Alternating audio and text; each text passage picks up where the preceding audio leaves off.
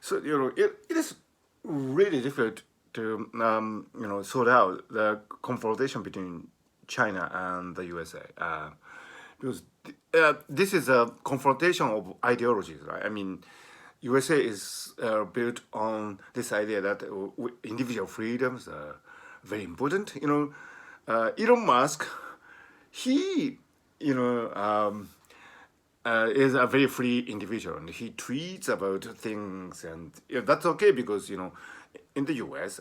People do have these freedoms, and they behave in any ways they like, and hey, presto, after the accounts are balanced down, these interactions give emergence to the innovations and new economies. So that's okay. Even President Trump, Donald Trump is such a unique individual. Although many people don't agree with his behavior, the fact that he can be president, this misbehaving, haphazard,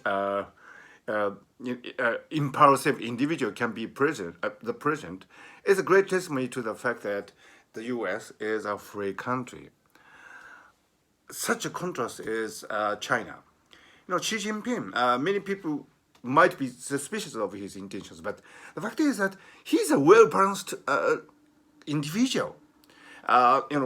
Anecdotal evidence suggests that Xi Jinping does not express his opinions so easily in front of people. He just listens. But he is very clever in the Machiavellistic way, too. He can use political movements to solidify his power base. He doesn't have a Twitter account or Weibo account, as far as I know. So he doesn't go on a Weibo rant in the small hours, not like President Trump. So, Xi Jinping is a very clever leader. But in China, only a really intelligent, clever person like Xi Jinping can be the leader, not like the United States. In the United States, they have the freedom to choose a reality show star to be the president. That's great USA freedom. But in China, if you like Donald Trump, probably you would end up in some, dark, close places.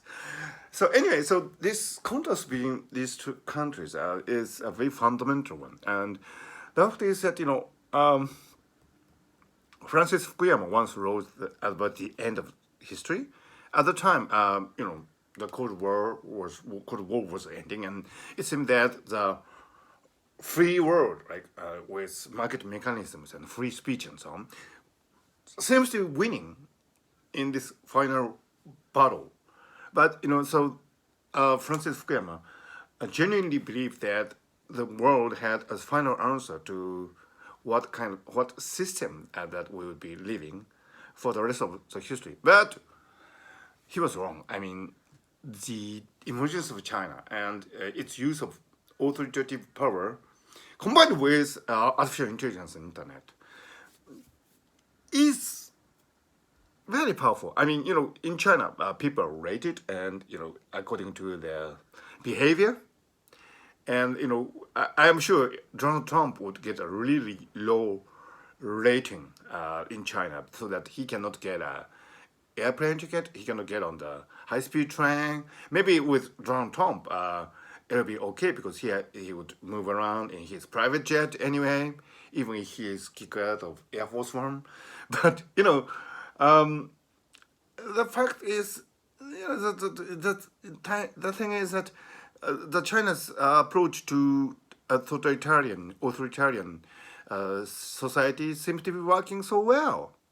It's after artificial intelligence about evaluation functions, and you put this evaluation function for the good of China, for the welfare of China.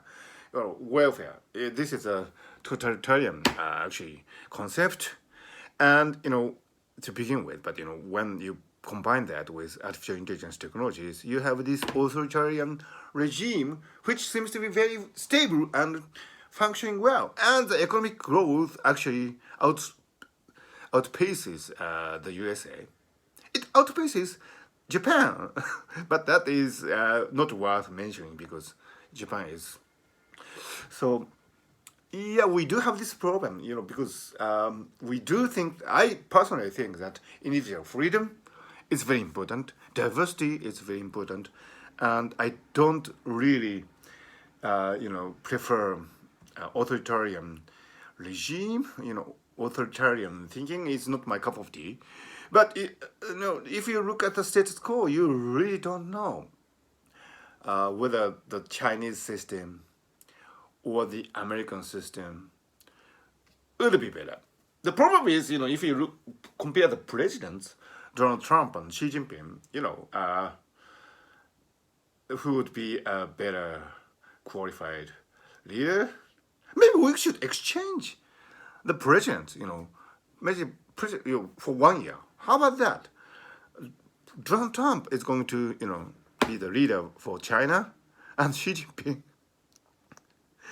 is going to be the leader of the U.S.A. How about this deal? I think that will work out well. Because Donald Trump would cause such a havoc in China so that people in Hong Kong, Tibet, and Weibo might have a chance.